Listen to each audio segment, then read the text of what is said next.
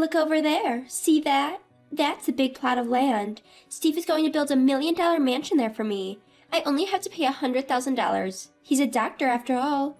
Oh, from the perspective of you who wasn't loved by Steve, was it a tough story? Sorry. I had no words for my talkative ex-husband's new wife. Indeed, a mansion is about to be built on that wide piece of land visible from this cafe. Given the proximity of this land to both the station and the downtown area, it's worth $1 million. But such a thing is impossible for Steve, my ex-husband. Because Steve is... My name is Lucy. I've been dealing with sleepless nights caused by stress. The source of the stress is my husband, Steve. I had an arranged marriage with Steve, who is 10 years older than me. At the time, I was single and Steve wanted to marry me, so I agreed. The fact that my parents wanted me to marry Steve was a big reason. Steve, a doctor, makes more money than most people. That was his pride, and it gave him confidence. However, when he let loose on me, his wife, that pride and confidence turned completely high-handed. What's this? At least make my favorite dish for dinner. But if you keep eating only your favorites, it's bad for your health. I made a meal with lots of vegetables. Isn't it okay? No, it's not. Disapproving of the dinner I prepared as soon as he came home was Steve's routine. He reluctantly ate my dishes, but sometimes when he was in a bad mood, he'd throw away the meal I had prepared right in front of me. And then he would tell me to order takeout and go off to take a bath, leaving me wiping away my tears and dialing his favorite restaurants for delivery time and time again. You may think I should have divorced him, but my parents' expectations weighed heavily on me. My parents were money-loving people who were desperate to transform their own poor lives into something more affluent. That's why they connected with the wealthy and arranged for Steve and me to get married. Lucy marrying Steve was really a blessing. Steve sometimes gives us a little money too, so Lucy needs to endure any minor issues and carry on with your life.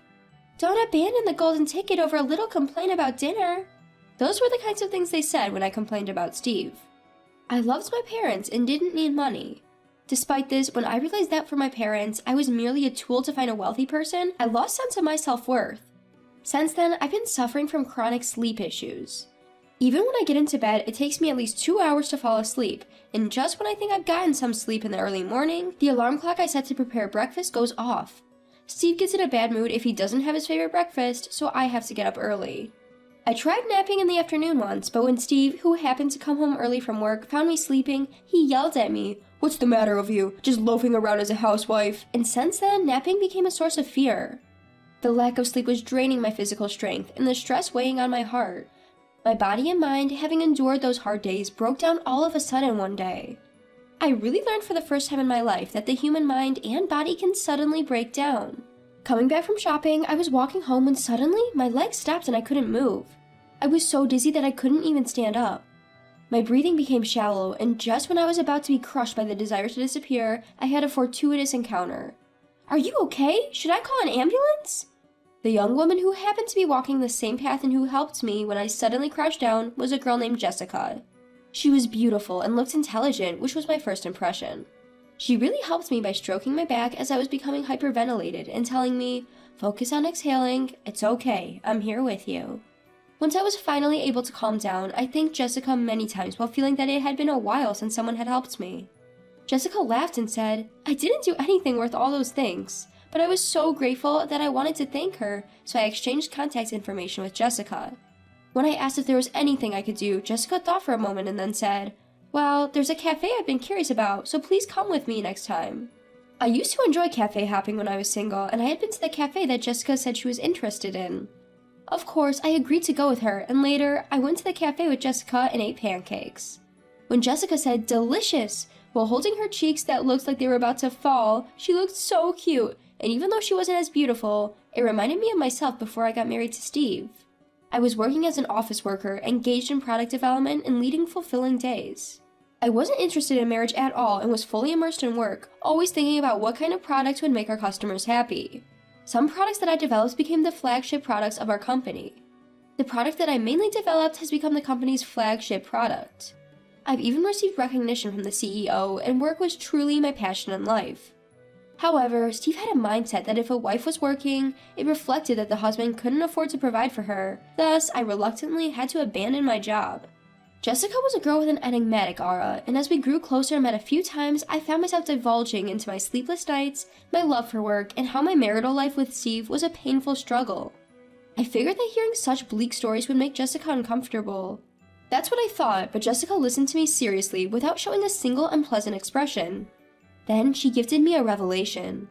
Why don't you just run away, Lucy? From your husband and from your parents. You are kind, and you've been trying to meet their expectations, but remember, we only have one life. It's a waste of time to spend it trying to meet others' expectations. You're talented, Lucy. You should live your life for yourself.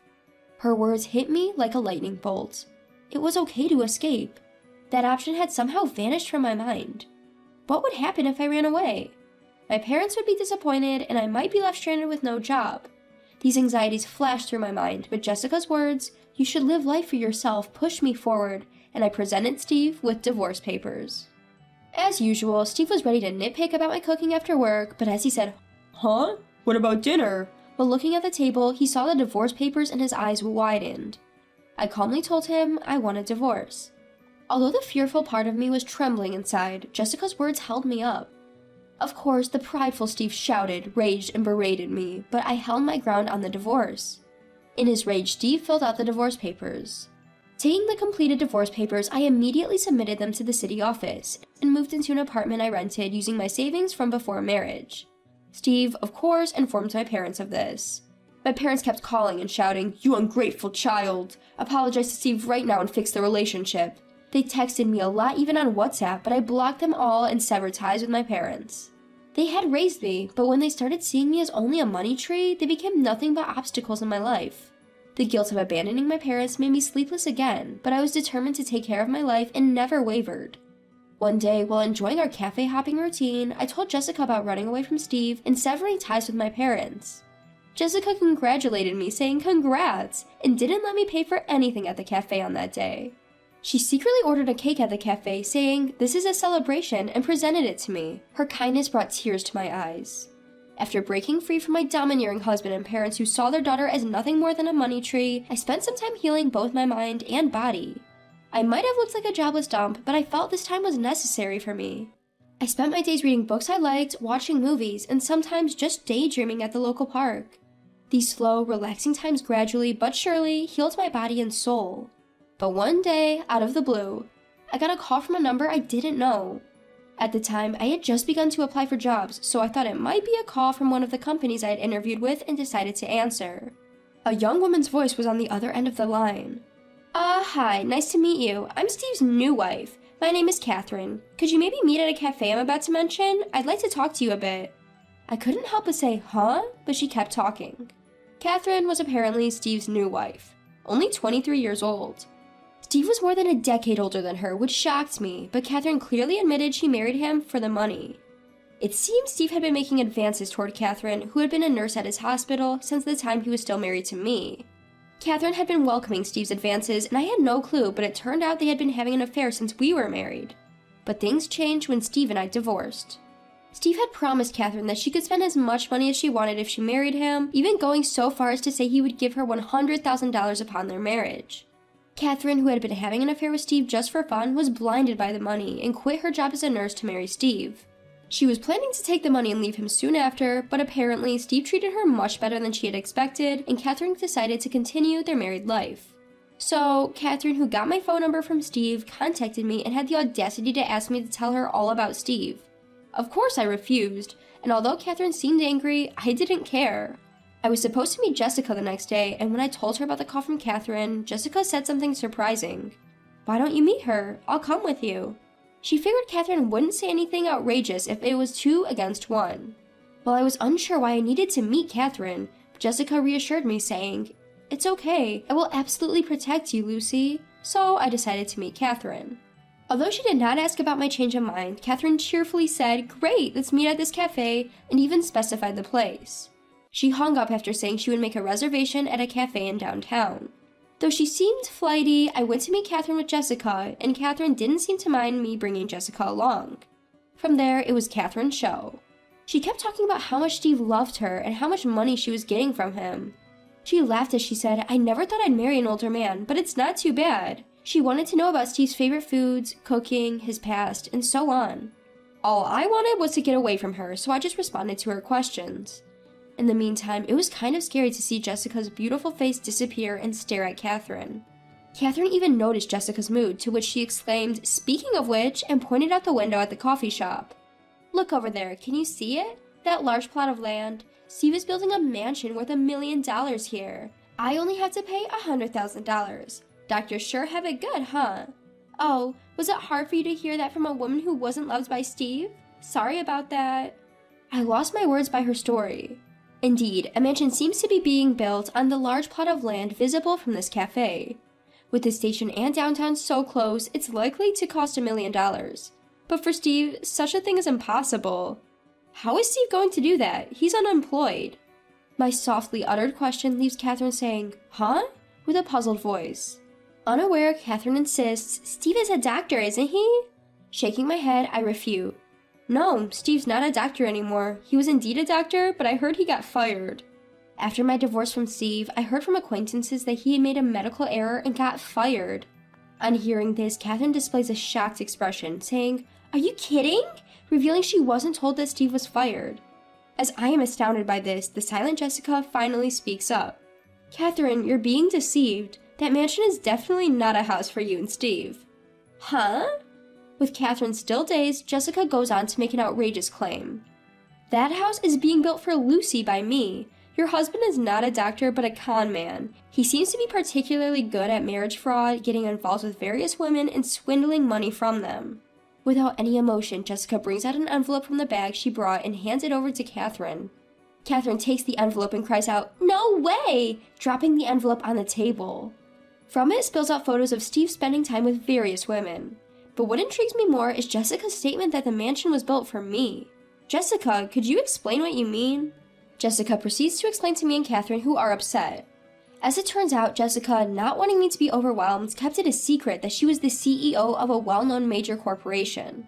Jessica seems to have thought I have a talent for product development and wanted to hire me. She thought her intentions might not get across just by saying she wanted to hire me, so she had built that mansion as a gift with the intention of hiring me. In addition, Jessica wondered if she could somehow take revenge on Steve, who made me suffer. When she used the credit bureau, it turns out that Steve is a fraudster.